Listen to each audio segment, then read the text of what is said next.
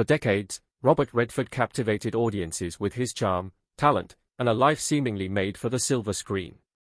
However, behind the iconic roles and red carpet appearances, there lay a deeply personal story of love and heartbreak that he kept hidden. From a whirlwind Hollywood romance to private moments that shaped his soul, Redford has remained tight-lipped about the one woman who left an indelible mark on his heart, until now.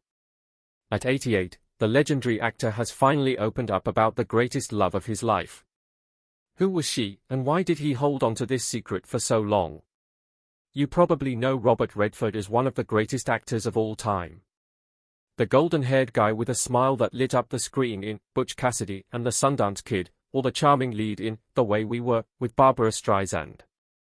But long before Hollywood got its hands on him, Robert was just a regular kid growing up in a working-class family in Santa Monica, California.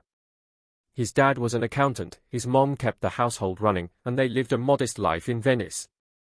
It wasn't the kind of start you'd expect for someone who would eventually be rubbing elbows with the biggest stars in the world. From a young age, Robert was different. He loved art, sports, and the outdoors more than school. He called himself a bad student because he couldn't focus in class, but he could certainly focus on the tennis court or with a paintbrush in his hand. He even got to warm up tennis legend Pancho Gonzalez at the Los Angeles Tennis Club, can you imagine?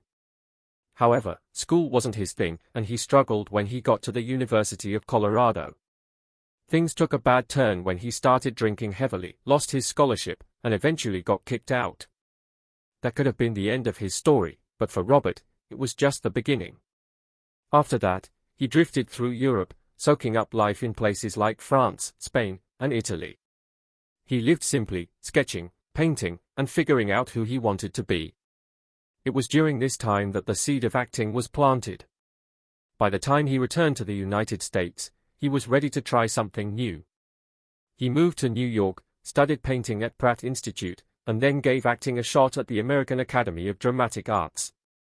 He wasn't an instant success, no big breaks right away, but he stuck with it, taking small roles on stage and in television.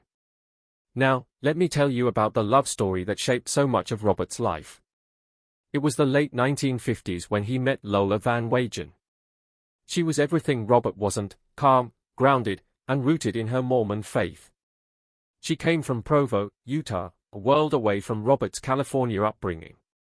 Still, they clicked. She saw something in him, and he saw something in her. Their connection was so strong that they eloped in 1958, defying her parents' wishes. Think about it, a young couple, barely more than kids, running off to get married. They couldn't stand to be apart, and though their story sounds like the stuff of romance novels, life wasn't always easy for them in the beginning. Robert was still trying to make it as an actor, and money was tight. They lived in small apartments, scraping by on whatever work Robert could find. Then tragedy struck. Their first child, Scott, died of sudden infant death syndrome. It was a devastating loss, the kind that could break anyone, but it brought them closer in some ways. Lola's strength became a rock for Robert during that time, and he later said she was the love of his life. You could see why. She stood by him through heartbreak and uncertainty, always believing he would make it. As Robert's career took off, life became busier and more complicated. His breakout role came in the Broadway production of Barefoot in the Park in 1963, where he played a newlywed opposite Elizabeth Ashley. Audiences loved him, and Hollywood started paying attention. Soon, he was appearing on TV shows like The Twilight Zone and Perry Mason before landing his first big film roles. By the late 60s, he was a full-blown movie star.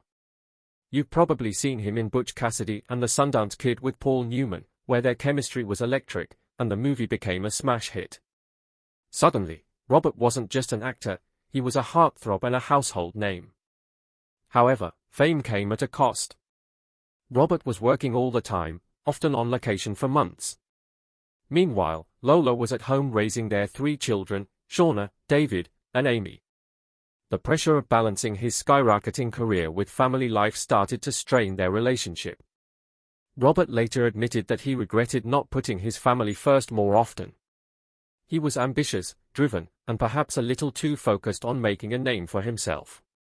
But back then, it was hard to see another way. Even as their marriage struggled, they still shared some beautiful moments. Lola wasn't just his wife, she was his sounding board, his confidant. She supported his decision to start the Sundance Film Festival, which became a game-changer for independent filmmakers. It was a passion project for Robert, something that reflected his belief in taking risks and supporting new voices in cinema. Without Lola's encouragement, who knows if Sundance would have ever happened. By the mid-1980s, however, the cracks in their relationship became too large to ignore. They decided to divorce in 1985 after 27 years of marriage. It wasn't a bitter breakup, they remained friends and continued to co-parent their children. Still, it was the end of an era. Robert later described Lola as the love of his life, a sentiment that speaks volumes about the depth of their bond. Even though they couldn't make their marriage work, she left an indelible mark on him. After Robert and Lola parted ways, his life shifted in big ways, both personally and professionally. Losing the steady anchor of his marriage was tough, no doubt about it, but Robert didn't let the heartbreak stop him. In 1987, not long after his divorce, Robert met Sonia Braga, the fiery Brazilian actress known for her bold roles and vibrant personality. The two connected quickly, and their romance was electric. Sonia wasn't just beautiful, she had this passionate energy that seemed to match Robert's own intensity. They were together for less than a year, but their time together was far from ordinary. During this period, Robert was busy promoting the Mro Binfield War, a film he directed that explored the struggles of a small New Mexico town against greedy developers. While the movie didn't exactly smash the box office, it was rich with heart and purpose, two things Robert valued deeply. Being with Sonia was like a whirlwind full of lively moments and shared passions. They even attended the Cannes Film Festival together, where they lit up the red carpet. Yet, as much as they burned brightly, their relationship fizzled out just as quickly. By 1988, they had gone their separate ways. A couple of years later, while filming Havana in 1990, Robert's life took another unexpected turn. Enter Lena Olin, a stunning Swedish actress with piercing eyes and a magnetic charm. The chemistry between them wasn't just on screen, it spilled into real life. Watching their scenes together, you could feel that spark, that pull between two people who couldn't ignore what was happening. And if you were at the film's premiere, you might have noticed that their kiss wasn't just for the cameras, that one was real. Their romance lasted about a year but left a mark. Lena and Robert shared more than just a love affair, they shared moments of creativity and vulnerability. During this time, Robert was continuing to make bold choices in his career. Havana was set against the backdrop of Cuba during the Revolution, a film that felt deeply layered and political. Robert thrived in stories that had depth, and he poured that same intensity into his relationship with Lena. But like many Hollywood romances, it wasn't built to last. By 1991, they had parted ways, though their time together added another chapter to Robert's ongoing story of love and life. Fast forward to the mid-1990s, and Robert was once again showing the world that age didn't mean slowing down. He starred alongside Michelle Pfeiffer in Up Close and Personal, romantic drama that had audiences swooning. The movie told the story of a seasoned journalist falling for a rising TV anchor, a tale of love, mentorship, and ambition. It's no surprise that Robert was still playing romantic leads at 58. With his signature charm and rugged good looks, he made it seem effortless. But off-screen, his love life continued to evolve. Around this time, Robert was linked to Kathy Oer, a costume designer nearly decades his junior. Kathy wasn't part of the Hollywood spotlight, and maybe that's what Robert found so appealing. She was grounded, creative, and offered a sense of stability amidst the chaos of his career. Their relationship wasn't plastered across tabloids or splashed on magazine covers, it was quiet, private, and for a while, exactly what Robert needed. During these years, Robert wasn't just acting, he was directing, producing, and continuing to shape the film industry. He followed Up Close and Personal with the deeply emotional The Horse Whisperer in 1998. Not only did he direct the movie, but he also starred in it, playing a man who heals broken horses and, in the process, helps a family mend its own wounds. The film was a commercial hit, proving once again that Robert could captivate audiences whether in front of or behind the camera. By then, Robert had established himself as more than just a Hollywood star, he was a cultural icon, a storyteller who wasn't afraid to take risks or dive into meaningful projects. His dedication to independent film through the Sundance Film Festival was changing the game, giving a platform to filmmakers who might otherwise never get their stories told. It's no wonder he was admired, not just for his talent, but for his vision. However, if there's one thing Robert's life shows, it's that love and work aren't always easy to balance. His relationships, whether with Sonia, Lena, or Kathy, reflected different chapters of his journey. Each woman brought something unique to his life, just as his films brought different sides of himself to the screen. Even his longtime co-star and friend, Jane Fonda, couldn't help but reflect on their connection over the years. Jane once admitted that she had been in love with Robert during their films together, like Barefoot in the Park and The Electric Horseman. She said he wasn't the easiest person to work with, often showing up late or in a bad mood, but there was something about him that kept her drawn to him. Their professional partnership spanned decades, and though it never turned romantic, it added a layer of complexity to Robert's story. As the 2000s approached, Robert continued to expand his career in ways that went beyond the silver screen. He directed The Legend of Bagger Vance, worked on environmental projects, and even ventured into producing socially conscious films like The Motorcycle Diaries. He was a man of many passions, always pushing forward, always evolving. Looking back on these relationships and moments, you start to see a pattern. Robert wasn't afraid to take risks in love or in work. Whether it was diving into a romance with Sonia, exploring a connection with Lena, or finding comfort in Kathy's company, he lived fully. Each woman became part of his story, just as each film added a new layer to his legacy. Robert Redford's life took another beautiful turn when he met Syl Saggers, a talented artist and environmental activist. Their meeting wasn't some Hollywood story, it was simple, genuine, and set against the natural beauty of his Sundance Mountain resort. Syl had come there in the late 1990s, not knowing much about Robert's fame. Imagine that, someone meeting him without seeing him as a movie star first. That must have been refreshing for Robert, who had spent so much of his life under the spotlight. She even admitted later that she rented a bunch of his movies before their first dinner, just to catch up. But he didn't bring them up at all.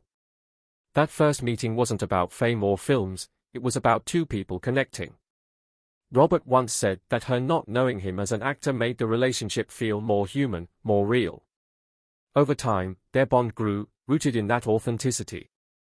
That connection deepened, and in 2009, they got married in a private ceremony in Hamburg, Germany, her hometown.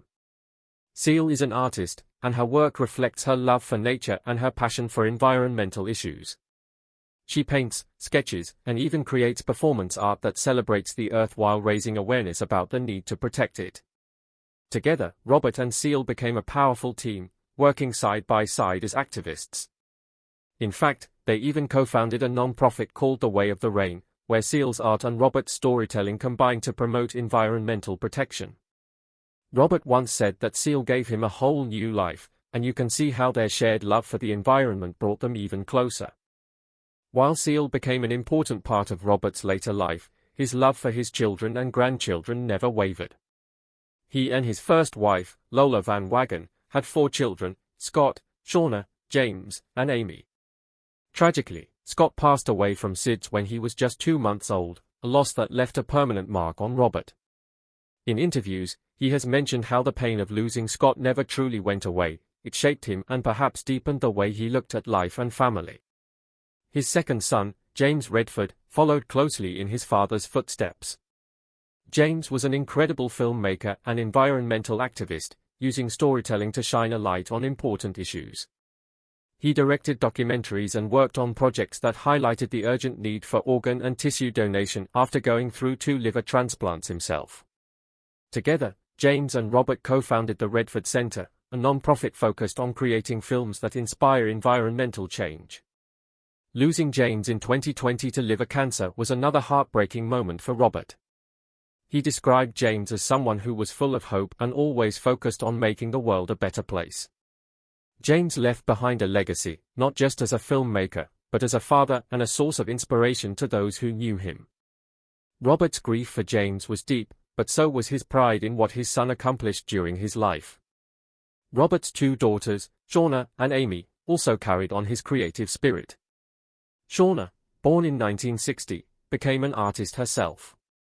While she keeps a low profile, her work and family life reflect the same quiet strength her father has always admired. She married author Eric Schlosser, and they raised 2 children, Micah and Connor, who are now carving out their own paths. Amy, the youngest of the Redford children, is another creative powerhouse. She works as a filmmaker, director, and producer, blending her father's storytelling instincts with her own vision. Amy has directed feature films, music videos, and even short films, all while raising 3 daughters. Her work reflects her belief in amplifying women's voices and embracing the challenges of motherhood with creativity and determination. Robert's influence shines through in her ability to navigate both family and career with passion. Then there are the grandchildren. With 7 in total, Robert has found joy in watching the next generation grow. His grandson Dylan, for instance, has stepped into the family's legacy of filmmaking and even convinced Robert to lend his voice to a film called Omnio, a fastboat fantasia. Can you picture Robert Redford voicing a dolphin? It's proof that he hasn't lost his sense of humor or his willingness to support his family's creative endeavors. Even as his family grew and evolved, Robert never stopped working. In the 2010s, he took on some of the most interesting roles of his career. In All Is Lost, he played a man stranded at sea in a film that had almost no dialogue. It was just him, the ocean, and the story of survival. Critics called it one of the best performances of his later career. He followed that with a surprising turn as the villain, Alexander Pierce, in Marvel's Captain America: The Winter Soldier. Fans loved seeing him as the mastermind behind Hydra, a far cry from the good guy roles he played earlier in his career. In 2018, Robert announced his retirement from acting after starring in The Old Man and the Gun, where he played a charming bank robber in what felt like a nod to his early roles in Butch Cassidy and the Sundance Kid. It was the perfect way to cap off his legendary acting career, full of wit, adventure, and a sense of nostalgia. However, Robert later admitted that he regretted announcing his retirement, saying, "You never know," and sure enough, he made a brief return as Alexander Pierce in Avengers: Endgame, proving that he still had a little more to give. Throughout it all, Robert's love for storytelling, whether through acting, directing, or producing, has remained constant. His career is filled with roles that have challenged, inspired, and entertained millions. Even in his personal life, he's never stopped being a storyteller. His partnerships, his work with his children, and his activism all tell the story of a man who's lived fully and passionately. Today, with Sybil by his side, Robert continues to focus on the things that matter most: family, art, and the environment. He once said that life is about learning and growing, no matter your age. Looking at all he's accomplished and all the lives he's touched, you can't help but feel inspired. Robert Redford isn't just a Hollywood legend, he's a father, a grandfather, an artist, and someone who never stopped believing in the power of stories to change the world. That's the story of Robert Redford, a life full of love, loss, and a relentless drive to make a difference. If you enjoyed this journey through his incredible life, don't forget to like this video, subscribe to the channel, and turn on those notifications. And hey, leave a comment below. What's your favorite Robert Redford role or memory? We'd love to hear from you. Thanks for watching, and we'll see you in the next one.